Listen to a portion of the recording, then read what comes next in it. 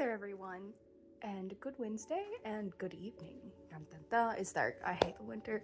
Anyways, ethical non-monogamy content today is going to be pretty short, and I'm going to make it very vague-ish, mostly because I am working on something that has to do with this, and is actually going to be going to the Under the Umbrella YouTube, which, if you go to my profile, you know. If you know, okay? Let's keep it so my video actually gets seen. Anyways, so my statement for today actually has to do with like how I had the question, and I did answer that, like, you know, what are other dynamics underneath the ethical / consensual non-monogamy umbrella that are not polyamorous directly. So I kind of was thinking about this. I've been thinking about this for 2 days, okay? So like, just know that yes, this is a short video, but I've been working on this for 2 days. I kind of see, like, let me put it like this. Poly would be one extreme of the spectrum.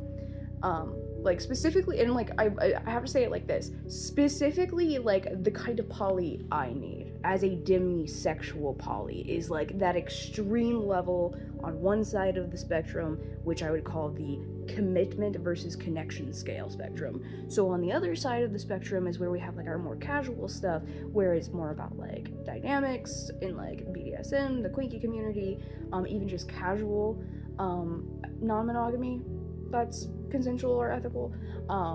The biggest thing is what happens on that scale.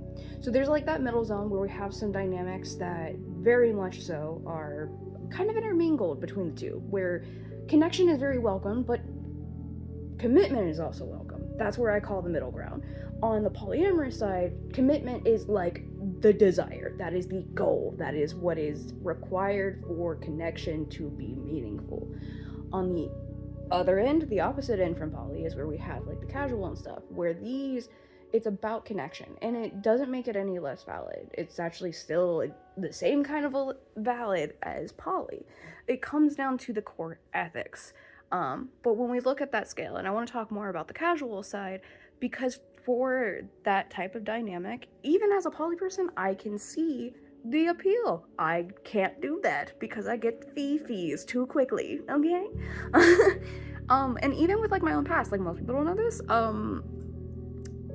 I was more of a casual, ethical / consensual non-monogamy person when I was much younger, okay? Before I even knew what polyamory even was, I was definitely more on the casual side of things, and that worked for me for a while until it didn't. And I'll talk about that more. If you guys want a story time about my previous dynamic and how that has transitioned from me being a very young adult to now being a 30-year-old going on 31, I will be happy to discuss that, but we're gonna do that on YouTube. So if you guys do want to see that, let me know, and I will make sure to give a more story time on the YouTube channel, okay? And I hope you guys have a great day, and just try to see everything that falls underneath that umbrella as a spectrum. One side, connection, is important and welcome. The other side, commitment, is needed and expected. Okay? Alright, I love you guys, and I'll talk to y'all later. Bye!